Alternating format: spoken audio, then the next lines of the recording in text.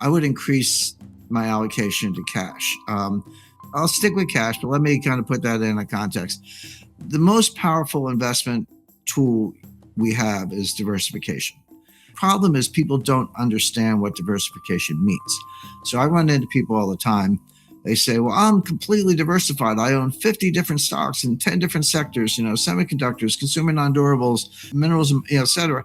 And I say, you're not diversified. You may own 50 stocks in 10 sectors, but you have one asset class, stocks, which are subject to conditional correlation. They, in calm markets, they're idiosyncratic, but in panics, they all go down together, or in bubbles, they all go up together. So you're not diversified. So what is diversification?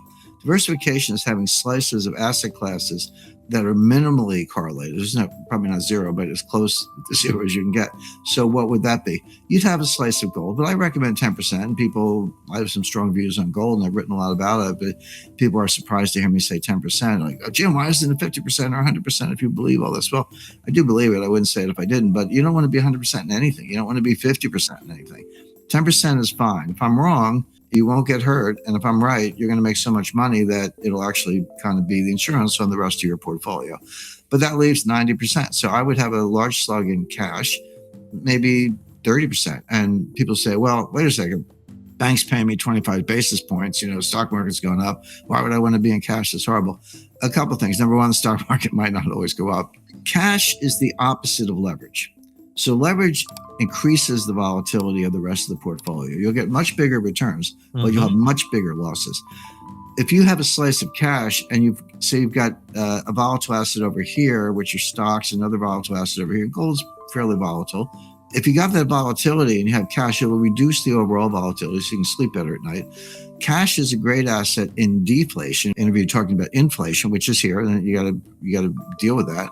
But don't rule out deflation. If we go into a recession because the Fed over tightens, or, the thing about the inflation, just a quick side, it comes in two flavors. There's cost push and demand pull.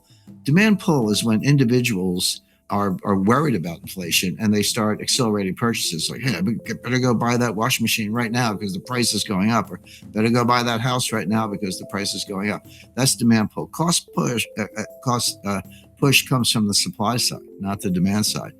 And that's what we're seeing because of what we talked about, supply chain, energy cost. The Fed can't drill for oil. Raising interest rates doesn't get you more oil or natural gas. So the Fed can't do anything about it except kill the economy. Yeah, and that'll cool it off. But when you pay, I put gas in my car. I don't just read about this stuff. It used to be $45. Now it's about $75. Multiply that by 200 million cars across America. What happens is it reduces your discretionary income. If you're paying another $30 at the pump twice a week, then you're not going to go out to dinner Friday night. You're not going to, take a vacation, whatever it may be. So that depresses all those other areas. So there is this recursive function. So don't rule out deflation down the road. Not right away, but maybe next year. So cash. But here's the biggest value of cash. It gives you optionality, and people don't understand this. What if I said to you, "Hey, I'll sell you a call option, an at the market call option on every asset class in the world?" You go, "Gee, that sounds kind of valuable." Well, that's what cash is. When things are crashing, you're the one who can go shopping, and nobody's better at this than Warren Buffett. He's got his cash level at Berkshire Hathaway is at an all-time high. So there's a place for that. You can have some stocks, but I would look at the energy sector. I mean, I actually built and I own the largest non-commercial solar module field in New England. And I run my house off it. It produces about 7.5 kilowatt hours. So I know a little bit about it. And what I know is it doesn't work at night. It doesn't work in snow. It doesn't work in rain. It doesn't work in really cloudy days. By the way, you don't run your house off of solar modules. You run your house off of batteries. Yeah. And then the modules charge the battery. So you watch the battery level. That's how you manage it. So it works fine. But if you think you can run cities with that, forget it. So it's just not practical at that scale, even if you thought it was. And it isn't. That's very clear. But here comes, wind turbines and solar. And I'm not against it. Like I say, I own one. But they're not scalable. They're intermittent. And they don't give you the base power, baseline power you need to run a modern power grid. Meanwhile, here's global demand. Okay.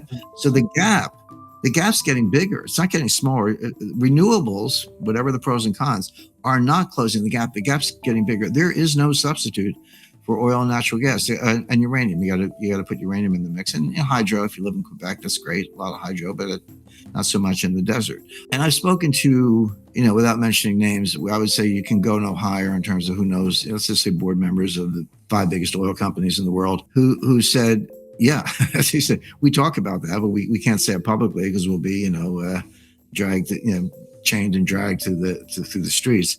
But those are just the facts. So therefore, if you have an oil sector that's been bashed by the climate alarmists, but you can't do without it, which is true, buy some oil companies, when they're, so there's your stock portfolio. Private equity, venture, real estate, not commercial, but residential, yes. And, farmland, that's one of the hottest asset categories, and gold. So that's diversification, and that's the kind of portfolio you want, kind of seasoned to taste. So the question is, will the Fed go down that path, do what they have to do the only thing they can do to subdue inflation at the cost of a very severe recession and something like a stock market crash?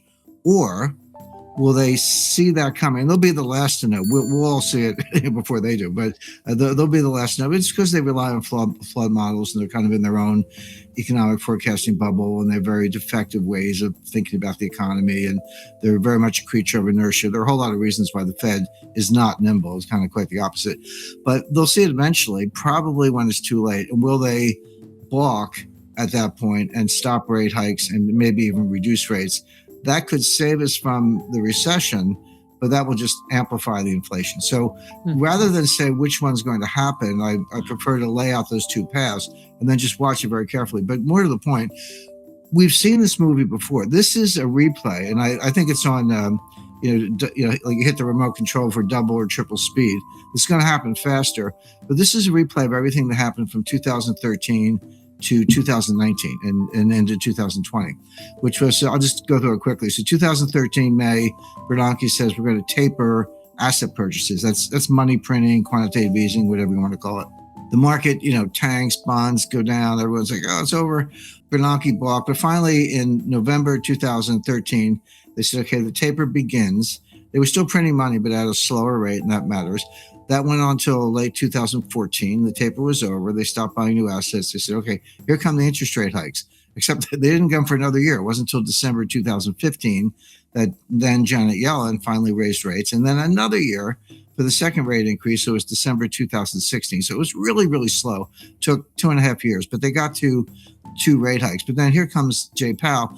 And then like clockwork, boom, boom, boom, 25 basis point hikes every meeting. And all the Fed was trying to do was to get back to normal. They were trying to get interest rates to maybe 2.25, 2.5, get the balance sheet down to, something like 2.5 trillion. They never specified it, but that would have been a reasonable level. So, okay, now interest rates are kind of normal, 2.5, balance sheet's down around 2.5 trillion. We're back to normal. We finally got through the global financial crisis of 2008. We undid all that stuff. Well, what happened? From October 1st, 2018 to December 24th, 2018, the stock market dropped 20%. That was the December 24th, 2018, we call it the Christmas Eve massacre. Stock market went down 3% in one day. But the Fed was tightening into the weakness, as they always do. And the last interest rate hike, it was December 16th or 17th, within a day or two, but mid-December 2018, they were still hiking and raising rates. And that was the last straw. And then the market just tanked. And then finally, Jay Powell got the message first week of January 2019. He says, okay, that's it. We're going to be patient. Use the word patient. It's one of these code words. You have to get the code book out and see what it means. But patient means we won't raise rates again without giving you advance warning so you can get out of your carry trades or whatever. And then he went further, said, looks like we got to cut rates.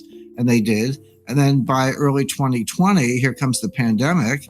And then they took rates all the way back to zero. And then they started QE, 6, 7, call it what you want. They took the balance sheet to $7.5 trillion after getting it down to $3.5 trillion. So look at that whole sequence from 2013 to early 2020, including the pandemic. What happened? They tapered the asset purchases. They raised rates. They sank the stock market. Then they said, okay, no more rate hikes. Then they cut rates. And then they started QE. And by April 2020, where were we? zero rates, back down to zero, and the balance sheet was 7.5 trillion after getting down to about 3.5 trillion. So that was a big a circle. They ended up back where they started from. But the point being, they failed to normalize. They failed to get rates where they wanted. They failed to get the balance sheet where they wanted. They did sink the stock market. Okay, now 2 years forward, here we are again. What are we doing? They just raised rates at the March meeting. They're going to raise them again in May. And that's the easiest forecast I've ever made. 50 basis points, May 4th. Boom. You can count on it. And they're going to announce. By the way, I don't have a crystal ball. The Fed told us this. I mean, that's the thing about the Fed. They may be wrong, but they're transparently wrong. So they tell you what mistakes they're going to make in advance. So that's the Fed forecasting is actually fairly straightforward because you just have to believe them. So they're going to raise rates again in May, probably 50 basis points. They're going to announce a reduction in the balance sheet. Whether they actually start it in May, they probably will. 100 billion a month reduction in asset purchases. So that's QT, quantitative tightening. In other words, they're running the same playbook they tried to run, or they started to run in 2013, 2014. They failed the last time. Why do they think they're going to be any more successful this time? Why do they think they can get out of this?